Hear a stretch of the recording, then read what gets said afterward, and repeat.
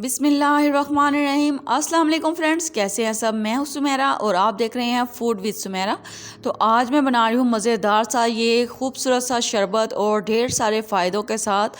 Recipe को पूरा देखिएगा ताकि आपका भी फ़ायदा हो सके। तो चले बनाना स्टार्ट करते हैं। सबसे पहले मैंने ये गोंद कतीरा ले लिया है।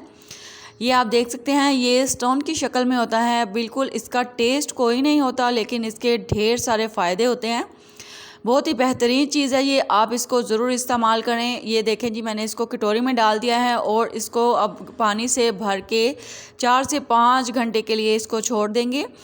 इसके फ़ायदे क्या हैं जी, ये हड्डियों के लिए जो दर्दें होती हैं उसके लिए बहुत ही बेस्ट चीज़ है, और जो हड्डियों में मिक वगैरह ख़त्म हो जाती है ना, उसके लिए बहुत ही बेहतरीन चीज़ है ये। इसको ज़रूर इस्तेमाल करें, रोज़ाना इस्तेमाल करें। अब ये मैंने दूसरी कटोरी में 1 टेबलस्पून तुख मलंगा ले लिया है। गर्मी में मैदे और जिगर की गर्मी के लिए बेस्ट चीज़ है ये, इसको रोज़ाना इस्तेमाल करें। अब इसको में भी पानी डाल के इसको हम साइड पे कर देंगे। इसको भिगो के हमने रख देना है। ये बहुत जल्दी फूल जाती है। तो गोंद कतीरा को टाइम लगता है फूलने में, ये बहुत जल्दी फूल जाती है। इसके भी ढेर सारे फ़ायदे हैं। इससे वेट कंट्रोल में रहता है। सुबह अगर इसको निहार मुँह पानी में मिक्स करके पिएं तो इसके बेशुमार फ़ायदे हैं। ये देखें जी, मैंने इतनी ज़्यादा मंगवा के रखी हुई है क्योंकि बच्चे और बड़े सभी बड़े शौक़ से पीते हैं, तो मैं रोज़ इसको बनाती हूँ। ये देखें जी, गोंद कतीरा को मैंने 4 से 5 घंटे के लिए भिगो के छोड़ दिया था। ये अच्छे से फूल चुकी है। अब इसका हमने शरबत में कैसे इस्तेमाल करना है, वीडियो को पूरा देखिएगा। अगर आपको लगे कि इसकी तासीर ठंडी है तो आप इसको नीम गर्म दूध में डाल के भी पी सकते हैं। उससे भी इसका जो ठंडक है वो कम हो जाएगी, लेकिन इसके ढेर सारे फ़ायदे भी होंगे। इंशाल्लाह आप इसको ज़रूर इस्तेमाल करें।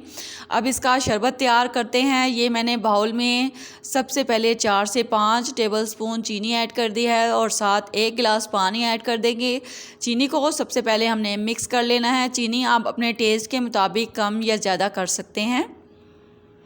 तो चीनी हमने मिक्स कर ली है। अब इसमें हम जामे शीरी ऐड कर रहे हैं। ये मैं 4 से 5 टेबलस्पून ही जामे शीरी का ऐड कर रही हूँ।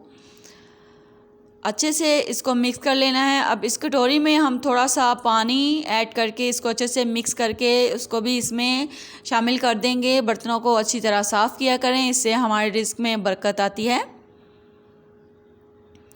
अब इस जामे शीरी को भी अच्छे से हमने मिक्स कर लेना है। शरबत दिखने में जितना खूबसूरत लगता है, पीने में भी उतना ही मज़े का बनता है।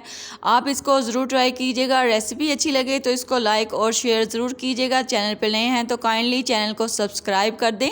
साथ में बेल आइकन को लाजमी प्रेस किया करें ताकि मेरी हर आने वाली वीडियो का नोटिफिकेशन आपको सबसे पहले मिल सके।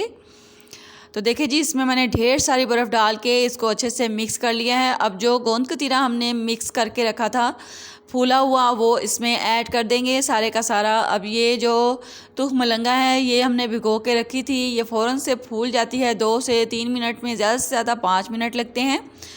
इसको भिगोने से इसके ऊपर थोड़ा सा ये कचरा वगैरह आ जाता है। इसको पहले अच्छी तरह हमने साफ़ कर लेना है, फिर इसको मिक्स करके इसी शरबत में हम शामिल कर देंगे।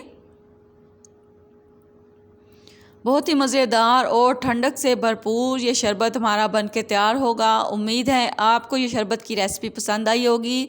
इसको ज़रूर ट्राई करें, घर वालों को बना के पिलाएं। इंशाल्लाह सभी का फ़ायदा भी होगा और मज़े का भी लगेगा। इसे पीने से जो थकावट होती है ना, वो बिल्कुल ख़त्म हो जाएगी। रोज़ाना इसको बना के पिएं, इंशाल्लाह इसमें इसकी ताकत भी मिलेगी और मैदे जिगर की जो गर्मी है वो भी इंशाल्लाह ख़त्म हो जाएगी। बिल्कुल आप इसको बना के ज़रूर पिया करें रोज़ाना। एक बार मेरे कहने पे आपने ये ज़रूर ट्राई करना है, इंशाल्लाह आपको बहुत पसंद आएगा। देखें जी, मज़ेदार सा शरबत हमने तैयार कर लिया है। इसके लिए मेरे चैनल को सब्सक्राइब करना ना भूलेगा। मिलते हैं नेक्स्ट वीडियो में। अपना बहुत सारा ख्याल रखिएगा, दुआओं में याद रखिएगा। अल्लाह हाफिज़।